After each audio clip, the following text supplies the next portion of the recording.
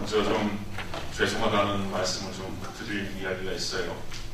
오늘 참으로 한 영혼을 찾으시기 위하여 헤매시는 우리 예수님을 생각하면서 제가 귀한 말씀을 이렇게 준비해 왔는데, 사실 일주일 전에 모 권사님께서 이렇게 네 분의 성도님을 인도하니까 꼭 한번 중간에 주중에 연락을 한번 해보라 이렇게 했는데, 저는 그 얘기를 데려오신다는 얘기만 알고서 이렇게 제가 별다른 조치를 하진 않았어요. 그래서 이 말씀을 증거하는데 말씀 자체의 주제에 제가 찔림을 받고 있습니다. 때로는 제가 말씀 가운데 저를 향하여서 하는 말씀도 있어요. 우리 성도님들께 드리는 말씀도 있지만 때로는 제 자신을 향하여서 하는 말씀이기도 합니다. 하지만 주님께서 주시는 말씀을 통하여서 피차 은혜를 받고 말씀 따라 순종하면서 열매 맺기를 좋아하면서 소망합니다. 시골에서 어렵사리 농사 지으면서 외동아들을 서울로 대학 보내고 취업시켰던 늙은 부부가 있으셨습니다. 근데 늙으신 아버지가 먼저 돌아가시자 아들 며느리는 큰 마음을 먹고서 어머니를 서울집에 모시고 살게 되었습니다. 여기까지는 참 잘한 일이죠. 참 잘한 일입니다. 그런데 어느 날 한밤중에 어머니가 화장실에 다녀오던 중에 안방에서 아들과 며느리가 소곤소곤 하는 말을 듣게 되었어요.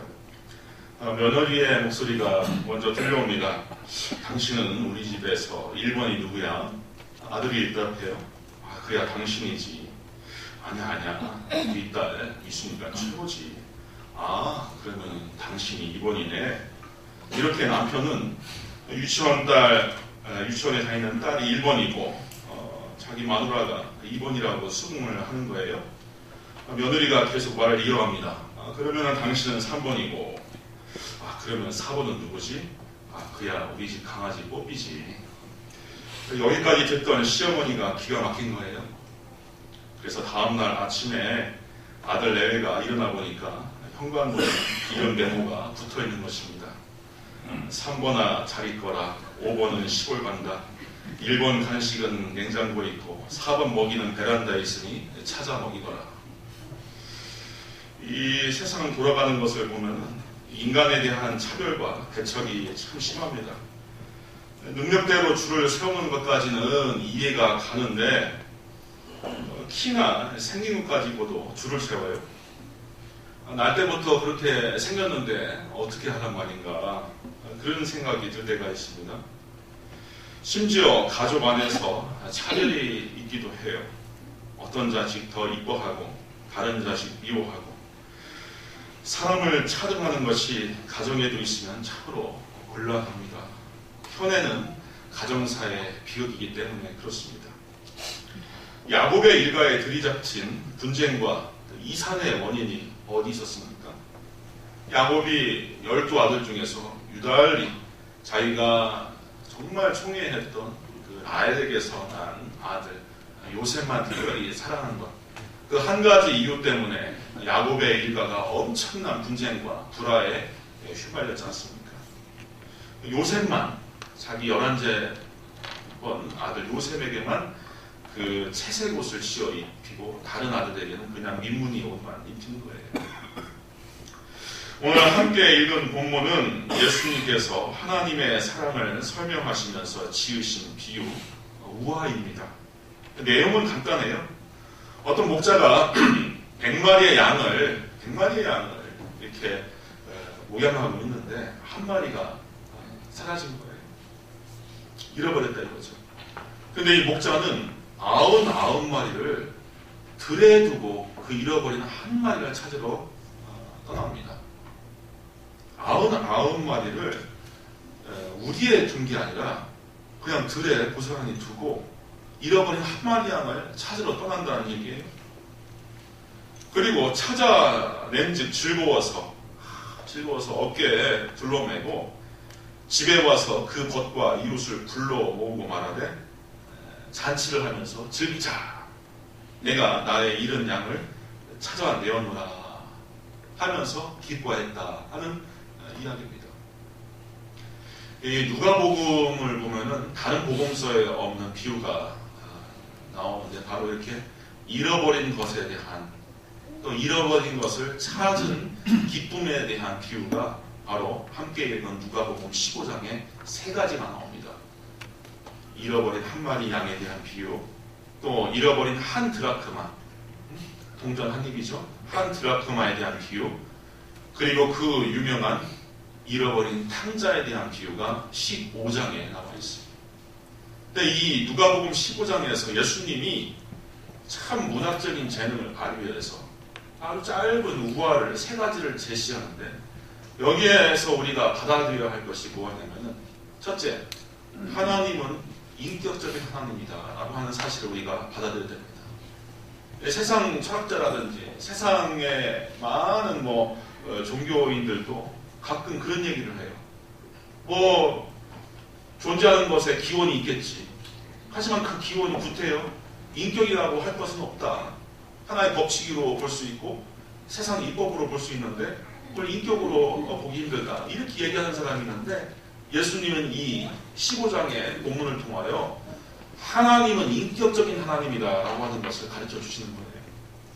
그리고 두 번째는 그 하나님이 사랑과 자애와 긍휼이 충만한데 그 자애와 긍휼 가운데서 잃어버린 것에 대한 절절한 아버지의 심정, 목자의 심정을 지니신 분이다 하는 것을 우리 예수님께서 친히 계시해 주고 있는 겁니다. 이 비유를 베푸신 배경이 있습니다. 예수님께서 귀인들과 고상한 사람들과 사회적인 덕망이 있는 사람들과 교우하시고 그들과 함께 밥을 먹고 계시는 게 아니라 왜 세리와 죄인들과 함께 밥을 먹느냐 이거예요. 그리고 왜 그들과 교제를 하느냐 이거예요. 그게 서기관과 바리새인들, 소위 율법사들 눈에는 아주 이상하게 보이는 겁니다. 하나님이 보내주신 메신저라고 하면은, 사자라고 하면은 저 추하고 죄 많고 더럽고 저 엉망으로 사는 저런 사람들과 왜 교제를 해야 하겠나 이거죠. 그러니까 예수님한테 비난을 하는 겁니다. 이상하다. 저자는 하나님이 보낸 사자가 아닌 것 같다. 이런 식으로 사람들이 비난을 하니까 예수님께서 왜 자신이 그렇게 살아가야 하는지, 그렇게 행해야 하는지 그 이유를 설명하시면서 이 비유를 베푸신 거예요. 비난하는 당사자들은 누구였습니까? 바리새인 서기관입니다. 대개 또 서기관들은 율법을 기록해서 후대에 전수해주는 사람들이기 때문에 이 서기관들도 대개 또 바리새인이에요. 이 바리새인이라고 하는 말은 철저한 율법주의자인데 이 바리새라고 하는 뜻은 원래 파리사이오스라고 하는 헬라어에서 왔어요. 근데 이 파리사이오스라고 하는 헬라어는 분리시키다, 격리하다는 뜻에서 왔습니다. 우리가 어떤 사람이 전염병에 걸렸다 합시다. 그러면 건강한 사람에게 옮기지 않도록 격리를 시키잖아요. 분리를 시키잖아요. 이렇게 육체적인 그 질병의 문제, 또 더러움과 정결함의 문제 때문에 격리를 하는 경우가 있고요. 또 사회적으로 격리를 시키는 경우가 있어요. 인도에 가보면 소위 카스트 제도라고 해서 4가지 계급세계가 지금 21세기까지 남아있는데 이 맨 끝에 머리, 이 사람을 The Untouchable이라고 하죠. The Untouchable. 불가촉 천민이라고 해서 말을 섞거나 건들거나 같은 자리에 앉지도 않아요. 근데 예수님 당시에 이 불가촉 천민이 있었어요. 이스라엘 사람들에게도. 대표적으로 이 세리나 또 음녀나 그리고 사마리아 사람들이 불가촉 천민에 해당합니다. 만지면 안 될 사람들, 만지면 안 될 사람들, 상종해서 안 될 사람들. 근데 이런 사람들은 바리새인들이 철저히 격리하고 자기를 그들로부터, 죄인으로부터 분리시키는 사람인데 예수님은 자기들처럼 살아야 되는데 왜 그들과 섞여 사느냐, 이게 못마땅했던 겁니다. 세리는요, 특별히 민족의 배반자로서 대명사입니다. 유대 민족의 고열을 빨아다가 로마인들에게 갖다 바치는 흡혈귀예요. 그야말로 상종하지 말아야 할 죄인의 대명사입니다. 그런데 이들과 같이 밥을 먹으니까 예수님은 그들의 눈에 비추어올 때 상상을 못할 일탈적인 행위를 하는 겁니다. 그런데 예수님께서는 이 잃어버린 자에 대한 비유, 특별히 잃어버린 양에 대한 비유를 통하여서 왜 당신께서 그렇게 해야 하는지 이유를 차근차근 설명해 내시는 거예요. 들에 있는 99마리도 중요하지만 잃어버린 한 마리도 버릴 수 없다. 이것이 우리 하나님의 심정이라고 하는 거예요. 이 사역을 위해서 예수께서 오시고 예수께서 활동하시고 결국 십자가에 못 박히신다 하는 이야기입니다. 언뜻 목자가 잃어버린 한 마리 양을 위하여 시간과 수고를 들이는 것은 이해하기가 참 어렵습니다. 경제적으로 영리한 처사가 아닙니다. 99마리를 들에 두고 한 마리를 위하여 시간과 정력을 쏟는다고 하는 것은 이해가 안 가요. 근데 목자는 골짜기까지 헤매고 다녀야 됩니다. 발목을 삐고 또 살갗에 생채기가 나고 또 피가 날 수도 있어요. 이런 수고를 몇 날 며칠 아니면 그 이상도 해야 할 수도 있습니다. 경제적 관념과 맞지 않아요. 그런데 그러한 행위가, 그러한 예수님의 모습, 그러한 목자의 모습이 단 하나 잃어버린 것에 대한 가치라고 가르쳐 주고 계시는 겁니다.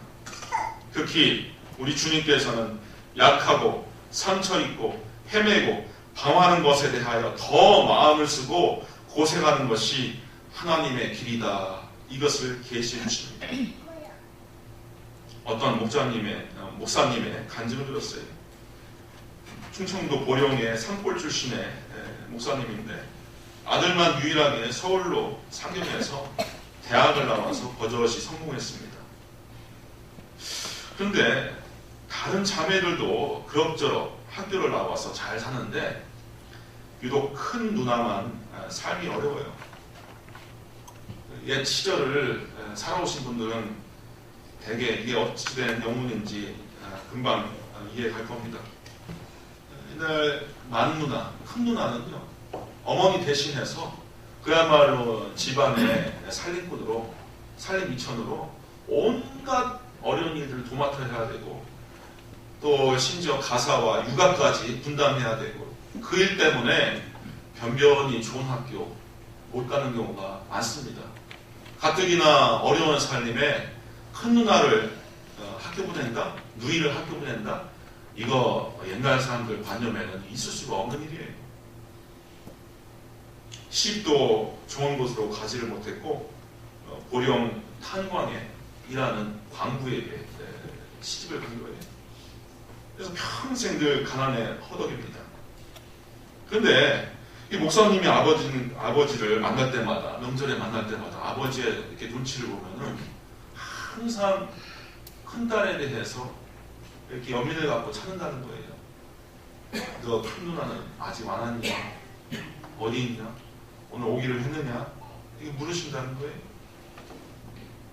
또 뭔가 좋지 않은 일들이 있거나 그 집안에 뭔가 좀 쌀독이 비었거나 서방이 좀 잘못 벌어온다거나 할 때마다 그 아버지의 수심을 목사님은 이렇게 엿볼 수 있었다는 거예요.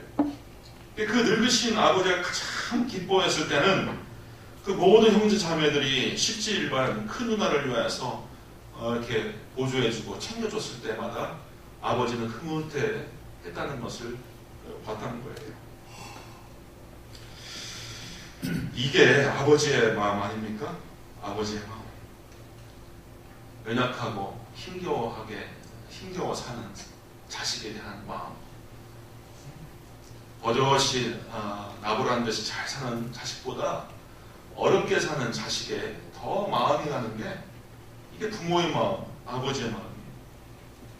근데 우리 예수님께서 바로 우리 하나님 역시 잃어버린 자녀에 대하여 애끓는 마음이 있다.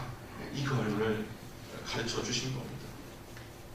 만약에 우리 하나님께서 편애라고 하는 걸 하신다면, 편애를 하신다면 오히려 약한 것에 대한 편애, 잃어버린 것에 대한 편애가 있으신 분이에요. 하나님께서 이러한 성품이 없다면 우리는 이 자리에 있을 수가 없습니다. 이 자리에 있을 수가 없어요. 우리가 구원의 무리에 들지를 못합니다. 구원의 무리.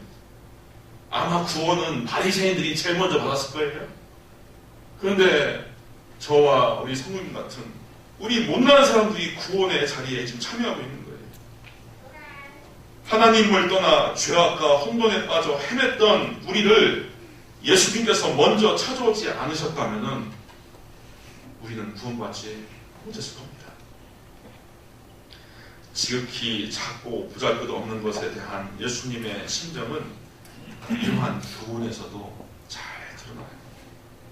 누가복음 17장 2절에 보면요, 그가 이 작은 자 중에 하나를 실족하게 할진대 차라리 연자 맷돌이 그 목에 매여 바다에 던져지는 것이 나으리라. 하나님의 자녀들 가운데서 힘있고 또 능력 있는 사람이, 또 영향력 있는 사람이 어떤 사람에게 잘못 처사를 해서 그 사람이 실족하고 시험 들고 위축되고 해서 어려워지는 것, 혹은 신앙의 자리에서 떠나는 것, 그러한 일들이 있을진데 차라리 그 사람 목에 연자맷돌을 메고서 깊은 바다에 던져버리는 것이 낫다. 예수님께서 너무나 소름 끼치는 비유를 하십니다. 이토록 하나님께서는 이 작고 보잘것없는 작은 소자라도 잃어버리는 것을 용납치 않겠다 하는 말씀입니다. 그런데 사실 하나님 앞에서는 작고 보잘것없는 것은 없어요. 앞서 해드린 시어머니 얘기처럼 누가 중요하고 말고가 없습니다. 중요하고 말고, 귀하고 천하고, 높고 낮고, 잘났고 못났고 따지는 것은 죄인의 방식이지 하나님의 방식이 아니에요. 특히 가정에서 또 교회에서 이것을 따지면 절대로 안 됩니다. 가정을 지옥으로 만들 수 있는 방법이 있어요. 아주 간단합니다.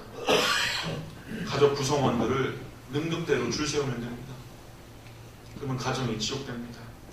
하지만 못나고 또 연약하고 건강이 좋지 않아도 다 수용하고 다독여주고 사랑해주고 또 함께 더불어 고난을 나눌 때 가정은 천국이 됩니다. 창세기에 나오는 하나님의 창조 이야기 가운데서 우리가 늘 인상적으로 묵상해야 할 구절이 있습니다. 바로 보시기에 좋았더라 하는 구절입니다. 해와 달, 일월 성신을 만드시고 하나님께서 보시기에 좋았더라. 온갖 짐승과 날짐승을 만드시고 보시기에 좋았더라. 또 아름다운 꽃을 피는 풀들과 또 열매 맺는 나무들을 만드시고 보시기에 좋았더라. 이 보시기에 좋았더라가 이 날마다 나와요. 날마다. 그 히브리 원어로는 토브라고 합니다. 토브. 근데 히브리 사람, 유대인들은요, 뭐 좋다 할 때, 좋다 할 때 토브라고 해요. 토브 지금. 우리 뭐 한국 사람들 뭐라고 얘기하나요? 좋아요, 뭐 젊은 사람들은 뭐 짱, 뭐 킹, 왕짱 뭐 이러고, 뭐 일본 사람들은 뭐 스바라시 할까요? 이것처럼 유대인들은 토가 최고예요. 이 경탄, 아주 너무 놀랍다. 이야, 마음에 든다. 내가 기대한 것 이상 너무 멋지다 할 때 이 토브라고 한 말이 있어요. 근데 이 하나님께서 이 세상 모든 만물을 만드실 때 그야말로 백합과 장미와 이 난초, 귀한 이 풀들, 꽃들에게만 토부한 게 아니라 드레핀 민들레도 수프쟁이도 애기똥풀에도 하나님께서 토부했다는 사실이에요. 토부. 세상 인구가 벌써 76억이라고 합니다. 76억. 야, 하나님께서 이 76억 개개인들을 어떻게 돌보고 계실까? 어떻게 살피고 계실까? 이런 생각을 해요. 야, 그 사람들의 인생과 그 사람들의 삶을 하나님께서 이렇게 관심 가져주시고 아껴주실 수나 있을까? 이런 생각을 해드렸어요. 근데 그에 대한 대답은 의외로 제가 첫 아이를 낳고서 첫 설날에 시골에 내려가서 우리 큰어머니가 반응하는 것을 보고서 제가 깨달았어요. 아, 이러실 수가 있겠구나. 저희 큰어머니는요, 시골에서 큰아버지와 농사를 지으면서 9남매를 낳거든요. 9남매.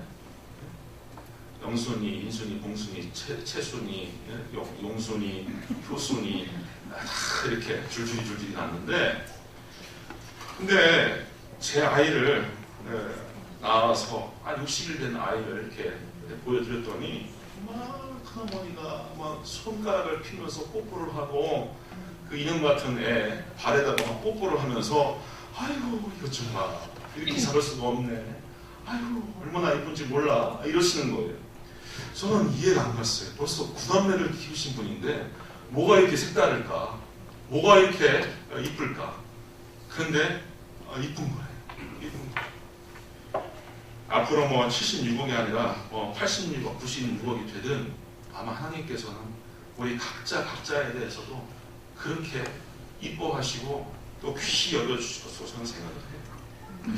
제가 5남매를 키우는 안수 집사님들에게 신방을 갔는데 뭐 이런저런 얘기 하시다가 자기 자녀에게 해요. 그러면서 그 중에는 뭐 잘난 놈도 있고 형 시험 쳐놔갖고 대학 가기 위해서 재수 삼수를 하는 녀석도 있고 뭐 이런 자녀를 두고서 하는 그런 여러 가지 걱정 근심을 얘기를 하시는데 말씀 끝에 그런 말씀을 하셔요. 그래도 어느 놈도 없어야 할 놈이 없습니다. 네? 없어야 할 놈이 없습니다. 이게 하나님의 심정입니다. 하나님의 심정. 다시 본문으로 돌아와서 묵상해 볼게요. 예수님께서 왜 세리와 죄인을 살리셨을까? 그들과 함께 밥을 먹으셨을까? 그들의 있는 모습 그대로 받아들이지 않으면요 구원이 전달되지 않아요. 구원이 전달되지 않아요. 미국 캘리포니아주에 갈보리 채플 교회라고 하는 아주 큰 교회가 있어요. 지금은 한 개 교단을 형성했다고 알고 있습니다. 1965년에 젊은 척 스미스 목사님이 초빙될 당시만 해도 이 교회에 25명밖에 남아있지를 않았다는 한 거예요. 근데 훗날 3만 5천 명이 예배를 드리는 교회로 성장을 했습니다. 그 갈보리 채플 교회의 부흥과 성장에 여러 이유가 있는데 많은 교회 성장학자들이 꼽는 이유 한 가지가 뭐냐면은 이웃에 대한 차별 없는 환대 때문이다 이렇게 진단을 합니다. 차별 없는 환대. 1970년대 미국 사회는 소위 히피 운동 때문에 골머리를 앓았어요. 베트남전에 이렇게 겹쳐갖고 외적으로는 전쟁을 치르고 있는데 내적으로는 이 히피족들이 너무 많아져서 이 동양 사상에 심취하고 마약을 하고 프리섹스 운동을 하고 또 장발에 수염을 기르고 떠돌이 생활하면서 이 사회 기강을 많이 해쳤습니다. 그런데 정신적으로 갈급한 일부 히피들이 교회 대문을 두드리기도 했어요. 정신적인 공황과 방황이 심하니까 뭔가 교회에 오면 길을 찾을 수 있지 않을까. 근데 대부분 교회는 당신 교회에 등록하려면 수염 깎고 와라, 머리 깎고 와라, 목욕하고 와라 이렇게 요구를 했어요. 그랬더니 누가 교회에 오겠습니까? 누가 교회에 오겠어요? 혹시 이 가운데 날 모르게 담배나 술 때문에 고민하신 분들 있으면요 걱정하지 마세요. 열심히 교회 다니시고 예배드리고 열심히 말씀 듣다 보면은 피우라고 해도 못 피울 단계가 옵니다. 그거 끊고 오라고는 제가 하지 않아요. 그리고 다른 분들한테도 그렇게 말씀하십시오. 우리 창신교회는 담배 술 끊고서 오는 교회가 아니다. 그냥 와라. 와라. 척 스미스 목사님은 갈보리 채플 담임을 하면서 이렇게 캐치프레이즈를 제시를 했어요. 우리 갈보리 채플은 당신들 있는 모습 그대로 환영합니다. 어서 오십시오. 이렇게 히피들을 과감하게 맞이했어요. 나중에 코로나 델마 해변에서 수천 명의 히피들에게 세례를 베푸는 정말 이 진풍경이 펼쳐집니다. 수천 명의 히피들에게 세례를 했을 때 이 히피들은 척 스미스 목사님을 두고서 파파척이라고 하는 별명을 지었다고 합니다. 아빠. 당신은 우리 아빠예요. 정신적인 신앙적인 아빠예요. 파파척. 예수님께서 십자가를 지시고 십자가에 매달리시고 십자가에서 죽으셔야 했던 이유가 뭡니까? 우리가 못하는 것을 예수님께서 대신 담당하기 위해서 죽으신 거예요. 우리가 해결할 수 없는 죄 문제를 해결하시기 위해서 예수님께서 대신 행하신 겁니다. 냉정한 율법이 요구하는 경건함에 이르지 못하는 우리의 약점과 죄악을 예수께서 친히 담당하시기 위하여 짊어지신 거예요. 너의 모습 그대로 하나님께 나와라. 너의 허물과 죄와 약점은 내가 담당하마. 그래서 우리는 이렇게 찬양드릴 수 있습니다. 내 모습 이대로 주 받으옵소서. 날 위해 돌아가신 주 날 받으옵소서. 내 모습 이대로, 내 모습 이대로 받아주시는 것이 예수의 능력입니다. 예수의 판대입니다. 그래서 마지막으로 예수 그리스도의 이러한 환대의 역사는 우리 크리스찬들이 또한 어떻게 살아가야 할 것인지 정확하게 제시해주고 있습니다. 이 시대에 가장 영향력 있는 독일의 신학자 윌겐 몰트만이라고 하는 분이 지금 90이 넘어 계시는데도 살아계셔요. 우리 교회에 조차에 오신 김명룡 목사님의 스승이기도 하시는데, 제가 이 몰트만이라고 하는 신학자를 두고서 논문을 써드렸어요.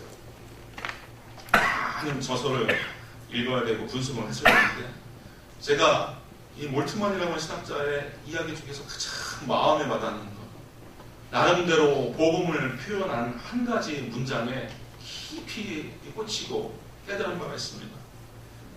이 몰트만이라고 하는 분은 뭐라고 이야기를 했냐면은, 기독교의 중심은 기독교의 경계에 있다 하는 얘기예요.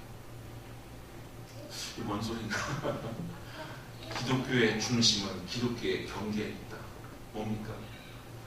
이 중심부로 모이면은 끼리끼리 모이게 되는데, 기독교의 중심이라고 하는 것은 세상 사람들이 의뢰 생각할 만한 그 중심부 가운데 끼리끼리 모여있는 곳이 아니라 그 변방에 가 있다는 거예요.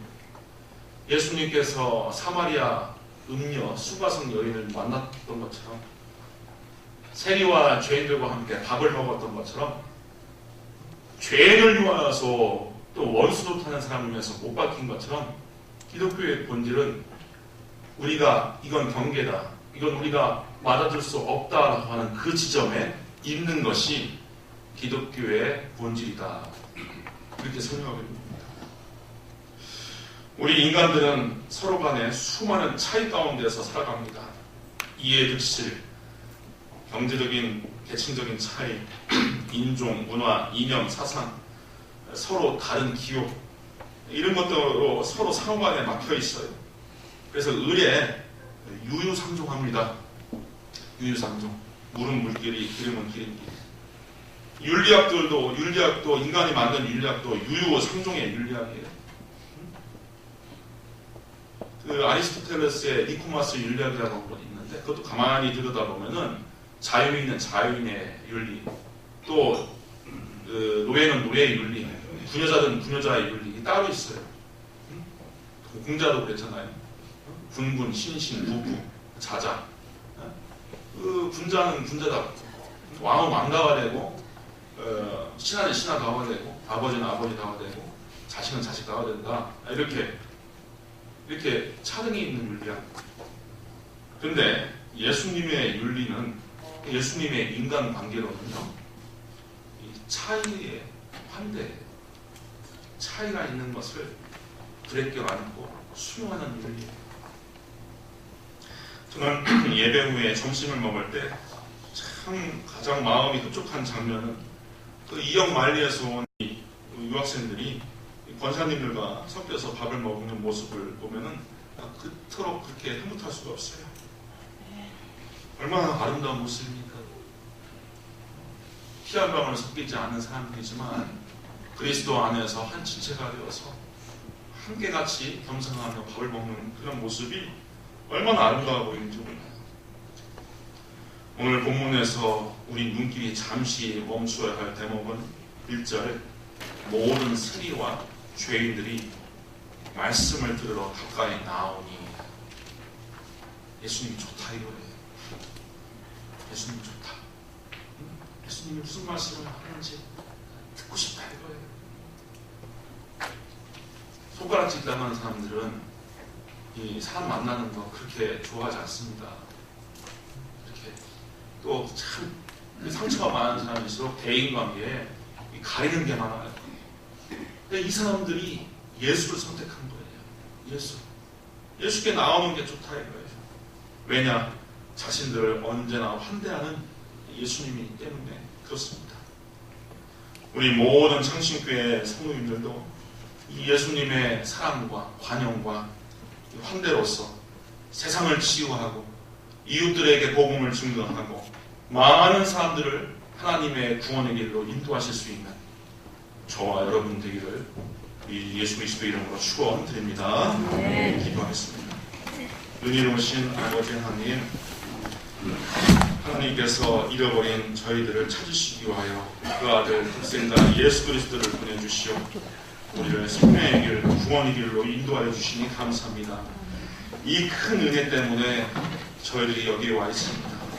이 하혜와 같은 사랑과 은혜를 깊이 체험하고 깨닫고 또 이것을 많은 사람들에게 나누어서 이 세상의 여러 가지의 어려움과 또 시련과 혼란에 처한 사람들에게 하나님의 자유와 기쁨과 감사와 축복을 전할 수 있도록 하여 주옵소서.